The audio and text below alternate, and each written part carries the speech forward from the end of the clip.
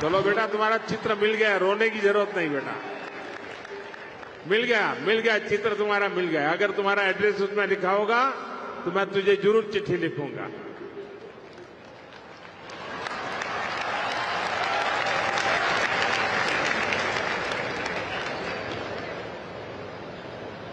साथियों, ये छोटे छोटे बच्चों का प्यार, इससे बड़ी जीवन की पूंजी क्या हो सकती है।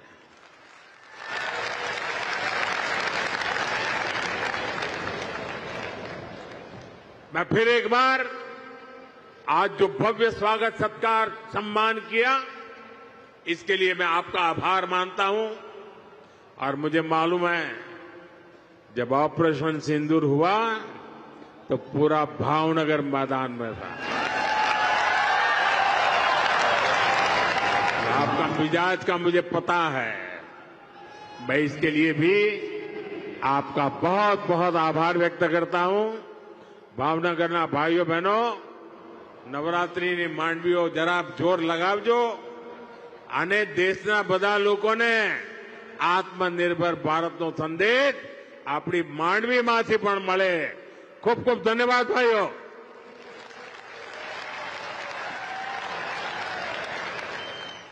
इतना विशाल आईएनएस विक्रांत भी भारत में ही बना है। इसे बनाने के लिए जो हाई क्वालिटी स्टील लगी, वो भी भारत में बनी थी। यानी हमारे पास सामर्थ्य है, हमारे पास कौशल की कोई कमी नहीं है। बड़े शिप बनाने के लिए जिस राजनीतिक इच्छा शक्ति की जरूरत है, उसका भरोसा मैं आज देशवासियों को दे रहा हूं। साथियों, देश के मैरीटाइम सेक्टर को मजबूती देने के लिए कल भी एक बहुत ऐतिहासिक निर्णय हुआ है। हमने देश की पॉलिसी में एक बड़ा बदलाव किया है। अब सरकार ने बड़े जहाजों को इंफ्रास्ट्रक्चर के रूप में मान्यता दी है। जब किसी सेक्टर को इंफ्रास्ट्रक्चर के रूप में मान्यता मिलती है तो उसे बहुत फायदा होता है। अब बड़े शिप बनाने वाली कंपनियों को बैंकों से लोन मिलने में आसानी होगी, उन्हें ब्याज दर में भी छूट मिलेगी। इंफ्रास्ट्रक्चर फाइनेंसिंग के जितने भी और लाभ होते हैं, वो सारे के सारे इन जहाज बनाने वाली कंपनियों को भी मिलेंगे। सरकार के इस निर्णय से भारतीय शिपिंग कंपनियों पर पड़ने वाला बोझ कम होगा, उन्हें ग्लोबल कंपटीशन में आगे आने में मदद मिलेगी। साथियों, भारत को दुनिया की एक बड़ी समुद्री शक्ति बनाने के लिए 3 और बड़ी स्कीम्स पर भारत सरकार काम कर रही है। इन 3 योजनाओं से शिप बिल्डिंग सेक्टर को आर्थिक मदद मिलने में आसानी होगी। हमारे शिपयार्ड्स को मॉडर्न टेक्नोलॉजी अपनाने में मदद होगी और डिजाइन और क्वालिटी सुधारने में भी बहुत मदद मिलने वाली है। इन पर आने वाले वर्षों में 70,000 करोड़ रुपए से ज्यादा खर्च किए जाएंगे।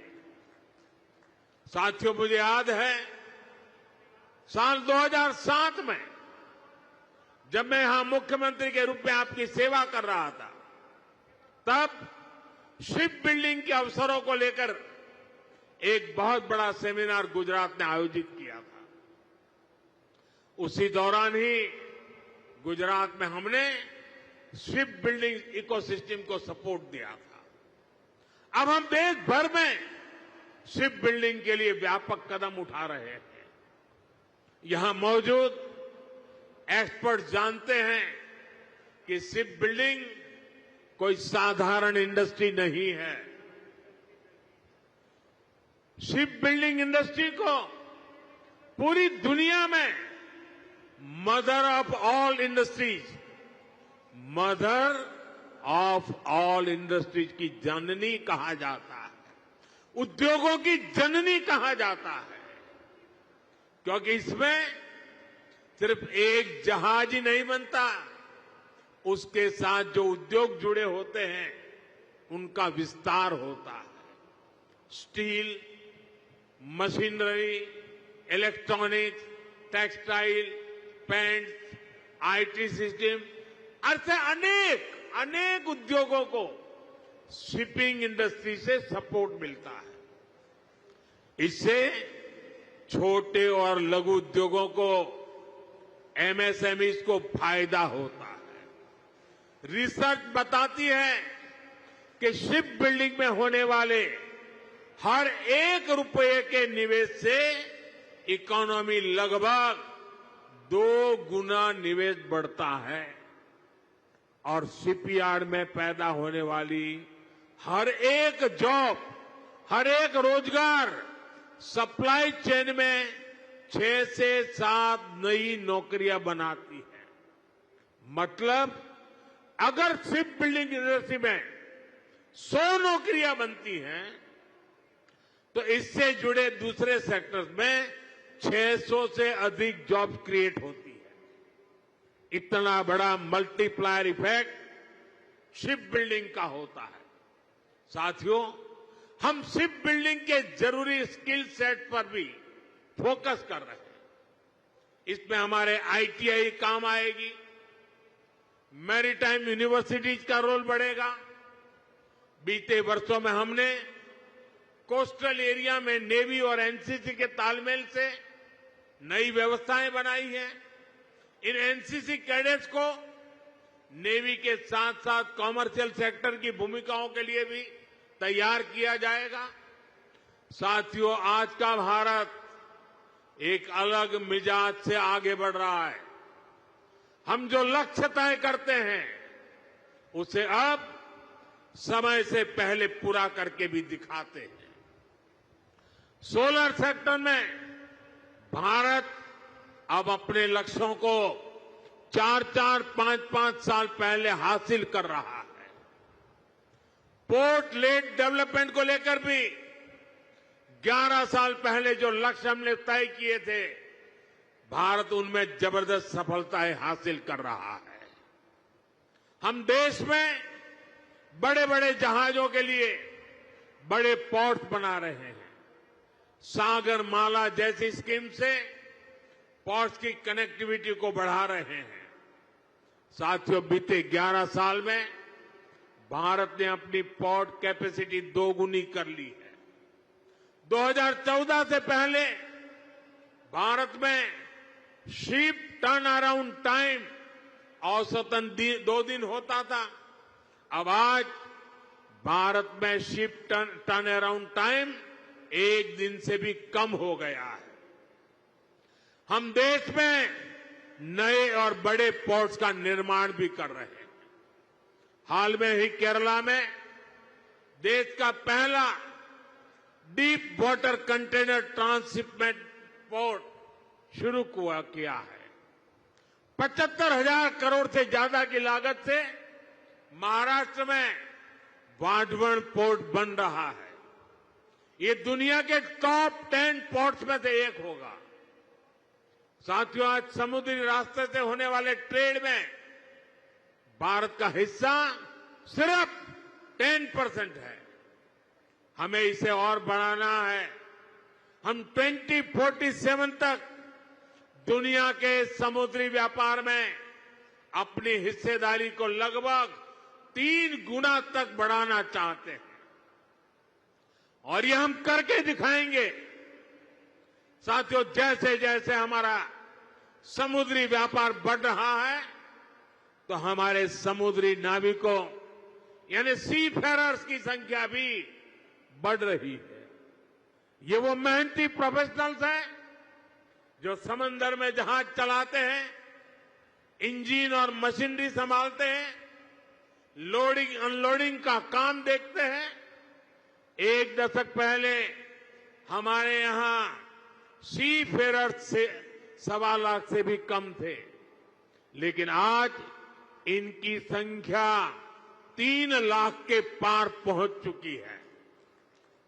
आज भारत दुनिया के टॉप 3 देशों में आ गया है जो सबसे ज्यादा सी फेरर दुनिया को उपलब्ध कराता है, और इससे भारत के नौजवानों को रोजगार के अवसर बढ़ते हैं। यानी भारत की बढ़ती शिप इंडस्ट्री दुनिया की ताकत भी बढ़ा रही है। साथियों, भारत की एक समृद्ध समुद्री विरासत है। हमारे मछुआरे, हमारे प्राचीन पोर्ट सिटी इस धरोहर के प्रतीक है। हमारा ये भावनगर, ये सौराष्ट्र इसका एक बहुत बड़ा उदाहरण है। इस विरासत को हमें भविष्य की पीढ़ी तक पहुंचाना है, दुनिया को हमारा सामर्थ्य दिखाना है, और इसलिए लोथल में हम एक शानदार मैरीटाइम म्यूजियम बना रहे हैं, और ये भी दुनिया का सबसे बड़ा मैरीटाइम म्यूजियम बनेगा। स्टैच्यू ऑफ यूनिटी की तरह भी ये भारत की नई पहचान बनेगा। थोड़ी देर बाद मैं आज वहां भी जा रहा हूं। साथियों, भारत के समुद्री तट भारत की समृद्धि के प्रवेश द्वार बनेंगे, और मैं बड़े गर्व के साथ, और मैं दूर तक का देख सकता हूं कि भारत के समुद्री तट भारत की समृद्धि के प्रवेश द्वार बनने वाले हैं। मुझे खुशी है कि गुजरात की एक कोस्टलाइन भी एक बार फिर यहां के लिए वरदान बन रही है। आज ये पूरा क्षेत्र देश को पोर्ट लेड डेवलपमेंट का नया रास्ता दिखा रहा है। आज देश में समंदर के रास्ते जितना कार्गो आता है, उसका 40% गुजरात के पोर्ट्स हैंडल करते हैं। अब इन पोर्ट्स को डेडिकेटेड फ्रेट कॉरिडोर का भी फायदा मिलने वाला है। इससे देश के दूसरे हिस्सों तक तेजी से सामान पहुंचाना आसान होगा। इससे पोर्ट्स की एफिशिएंसी भी और अधिक बढ़ेगी। साथियों, यहां शिप ब्रेकिंग का भी एक बड़ा इकोसिस्टम बन रहा है। अलंका शिप ब्रेकिंग यार्ड इसका शानदार उदाहरण है। इससे भी यहां बड़ी संख्या में नौजवानों को रोजगार मिल रहा है। साथियों, विकसित भारत के लिए हमें हर क्षेत्र में, हर सेक्टर में तेजी से काम करना है, और हम सब जानते हैं कि विकसित भारत का रास्ता आत्मनिर्भर भारत से होकर जाता है। इसलिए हमें याद रखना है, हम जो भी खरीदें वो स्वदेशी हो, हम जो भी बेचें वो स्वदेशी हो। मैं सभी दुकानदार साथियों से कहूंगा, आप अपनी दुकानों पर एक पोस्टर लगाएं जिसमें लिखा हो, गर्व से कहो ये स्वदेशी है। हमारा ये प्रयास हमारे हर उत्सव को तो भारत की समृद्धि का महोत्सव बना देगा। इसी भावना के साथ आप सभी को नवरात्रि की एक बार फिर से शुभकामनाएं देता हूं। एक छोटा बालक चित्र बना करके लाया है, कब से खड़ा है, उसके हाथ दुखते होंगे। कोई जरा इसको कलेक्ट करे, छोटा सा बालक है। शाबाश बेटे।